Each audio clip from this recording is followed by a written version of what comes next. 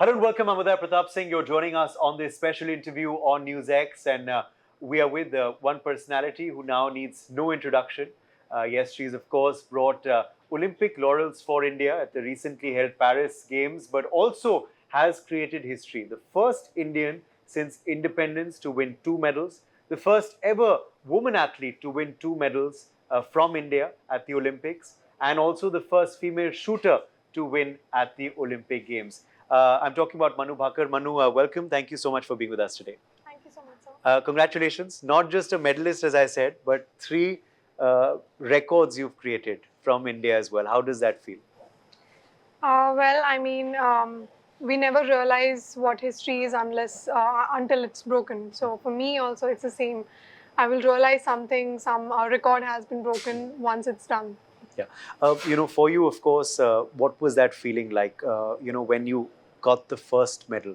Of course, you got 2 eventually, and you also came fourth in your 25-meter. But the first medal, what was that feeling for you, given the fact that you'd been working so hard for it? So yes, we definitely put in a lot of hard work, me and my entire team, and my coach, my parents, my friends, everyone were like really, really nervous at that time. We put in a lot of hard work, and I mean, how it went was brilliant. The qualifications were very good. And then I had a long discussion with my coach also, and he was like, just be yourself, just do what you do.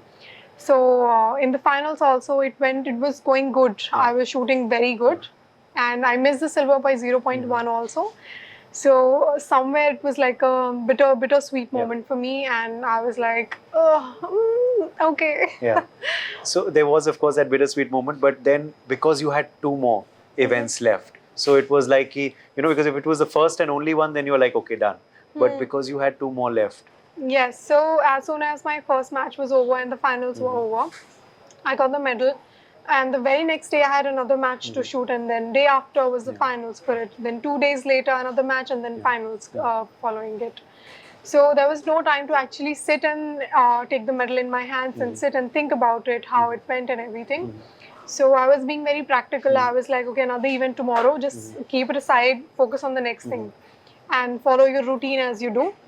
So that was the priority, and that's what I did. Okay. Finally, the 25-meter, you were so close. The nation was rooting for you. Hat-trick would have been amazing, but you came fourth. Do you believe, and you were doing very well in that event as well. What happened there? Did nerves kick in, or when you look back, what? I got really, really nervous. Yeah.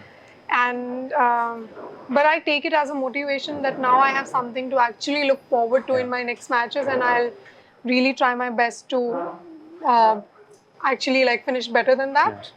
So now I'm like, okay, I need to do this, need to do it. Yeah, this is a champion. She's just won, but she's not resting. She's already thinking forward.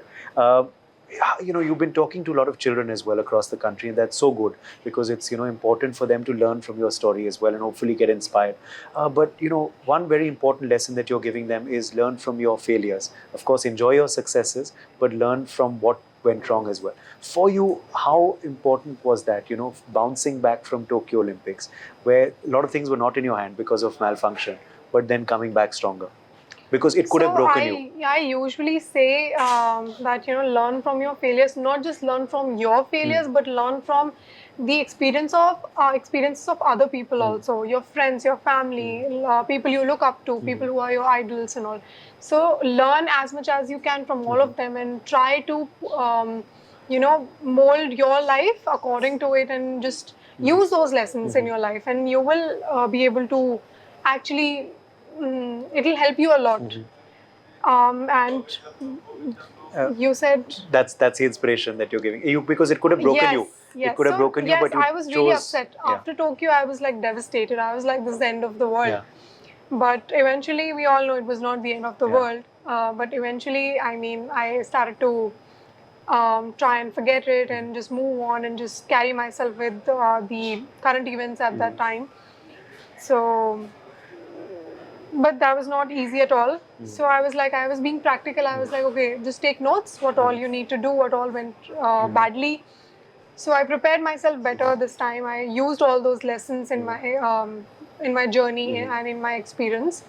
It helped. Yeah. Couple of quick questions, on where it all started, because a lot of people want to know that as well from the horse's mouth, from you, because they're reading up a lot about you.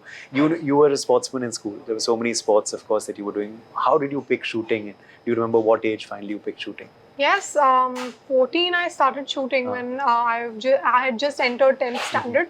So I remember 10th was the board class and I was like, yeah, I need to do actually good. Otherwise, people will be like, she's only in sports and she does nothing in academics only.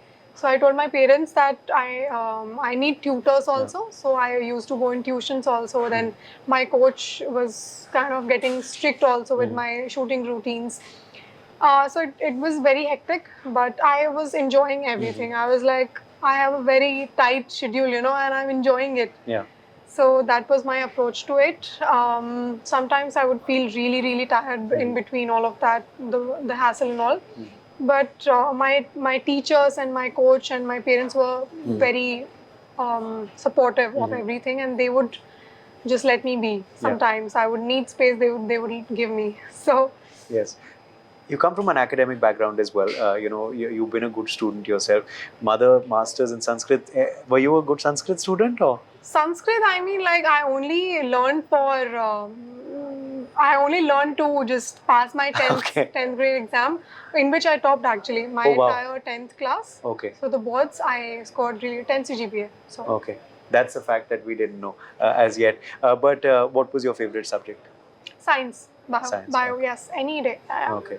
Then of course I had my favorite teacher, Girish sir, from the schools. Because of him, I started to pick up in science, and I was actually very bright. Okay. But eventually, I could not catch up with physics and chemistry in 11th and 12th. So I was like, just give me arts. I went to the side. Then of course, Pol Science at LSR happened. Now you're also doing a master's. Is that correct? Yes. How do you balance it all? Yeah. I mean, right now, I think I'm mostly dependent on my friends from college and the tutors that I have. The teachers from college also are very, very supportive, especially in LSR also. I mean, 3 years from Delhi University, you're graduating, and all my assignments were up to date because of my brother. I was always doing okay with the class because of my friends and the tutors.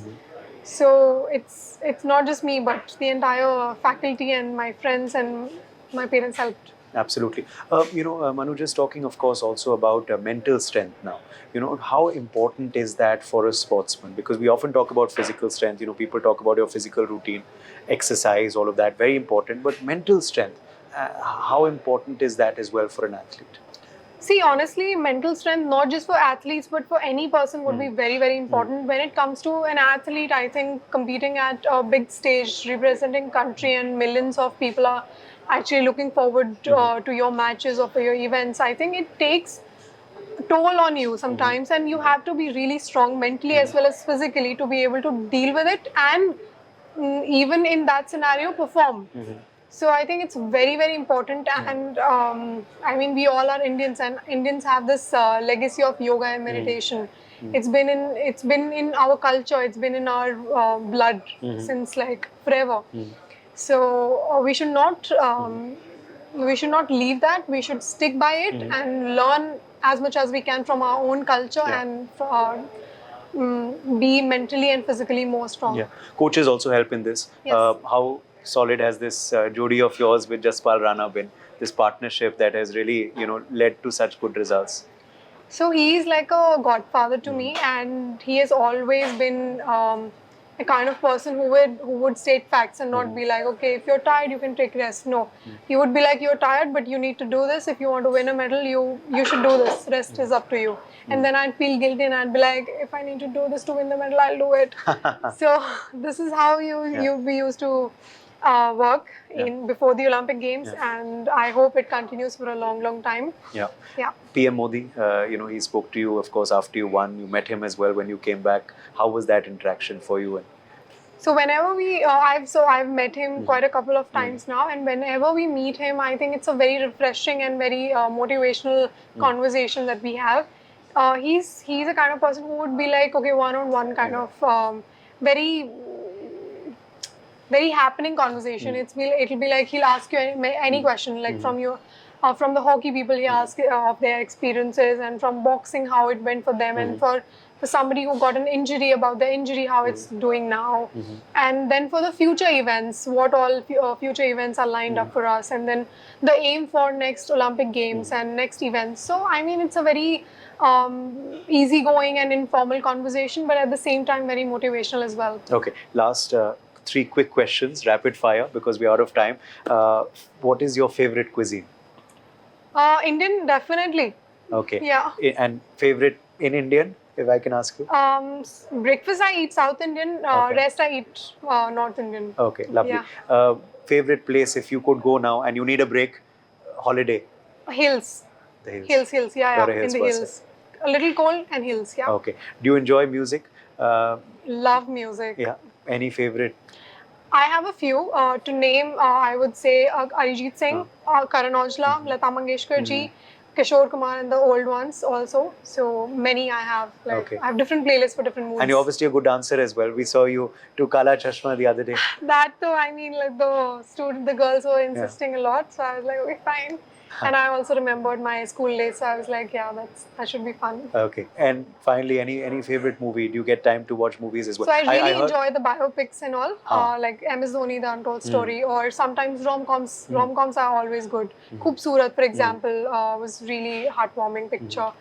And then some motivational movies we watch. Yeah. Do you believe you can learn a lot by other life stories as well? Definitely, we can always learn a lot from other people's lives and how their experiences were. Yeah. Okay. Thank you so much, Manu, for joining us, and Thank we you. wish you all the very best in the days ahead. I know you're taking a bit of a break, but then I know you'll be back to hopefully winning a gold medal next time as well for India. Thanks so much, sir. For more such videos, subscribe to the NewsX YouTube channel, hit the bell icon.